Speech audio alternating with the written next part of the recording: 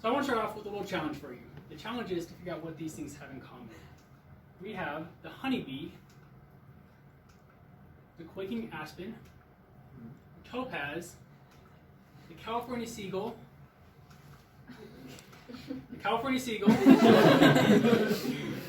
the sago lily, and the Utah raptor. For those of you from Utah, you probably recognize a few of these as symbols of our state, things that represent Utah to the rest of the country. But what if I told you that there's something missing from this list? Something that is probably more popular than our state vegetable, the Spanish, and certainly more associated with Utah than our state historical vegetable, the sugar beet.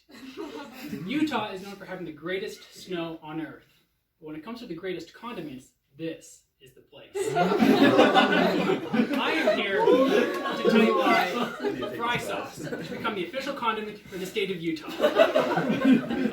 From its history to the cultural icon it has become, and as a way to let the rest of the country know we had it first, fry sauce deserves a spot next to all our other symbols. So first, fry sauce has its roots in Utah.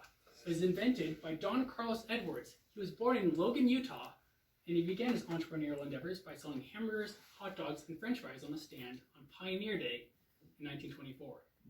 A couple of decades later, he would go on to open up the very first Arctic Circle in Salt Lake City.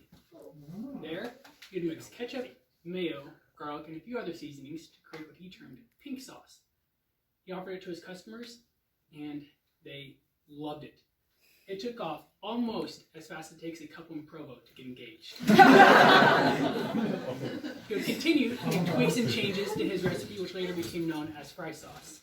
And while we don't know the exact ingredients he used because it has been kept top secret, Gary Roberts, the current CEO of Arctic Circle, said, "I can tell you this is a lot more than just mayo and ketchup." Since that day, there has been no better duo than French fries and fry sauce, except perhaps John Stockton and Karl Malone. And 70 years later, I am happy when I go to a restaurant knowing that I have just as good a chance of finding fry sauce as I do with encountering construction on I-15. I can go into stores throughout the state as well, and I can see several different brands of fry sauce, which brings me to my next point, is that fry sauce is more popular and prevalent in Utah than anywhere else. It's a part of our culture in ways that many of our other symbols are not. How many of you can name the state fruit off the top of your head? It's the cherry. Yes, but most people don't know that. Most people don't. And while some of our symbols, such as our state rock, which is coal, are particularly important to a specific region of Utah, fry sauce is something statewide that the vast majority of the people love, associate with Utah, and take pride in. I was talking to a friend recently who comes from a good-sized Utah family. And she said that she thinks all 10 members of her family love fry sauce. I say think because one of them is on a mission, but at least 9, and very likely all 10, love fry sauce. Casey Christensen, the current COO of Arctic Circle, has said that they go through about 50,000 gallons of fry sauce each year for their in-restaurant customers. Wow. And that's not counting the fry sauce they make to be put into bottles to be sold at stores. In addition to this, other restaurants and people throughout the state frequently come up with their own recipes for fry sauce, which gives us more ways to make fry sauce than there are ways for Utah parents to spell the name Michaela.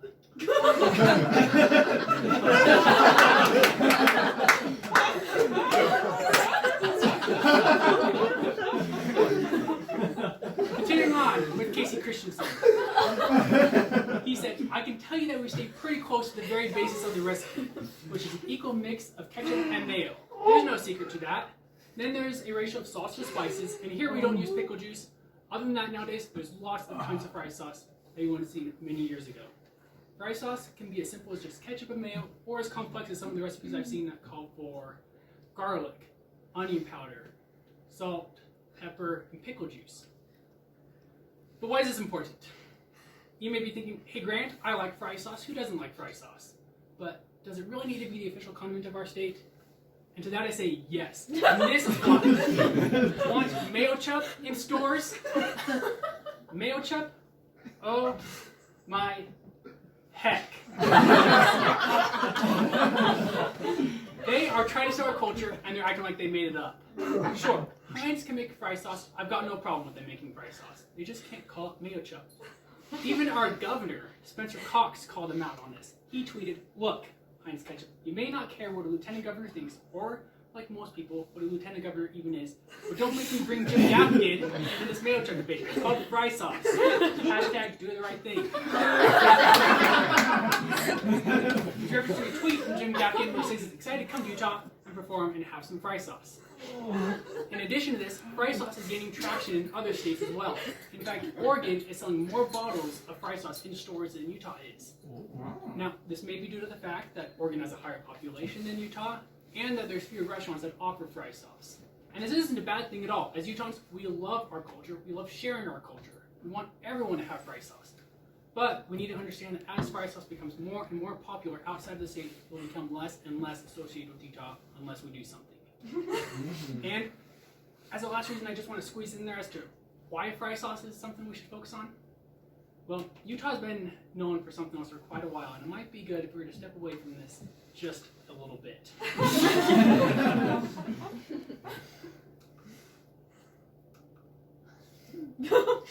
So, with an understanding of the history of fry sauce, the cultural icon it has become, and the threat it faces from plagiarizers such as Heinz, I ask each of you to put your shoulder to the wheel and make fry sauce the official condiment for the state of Utah.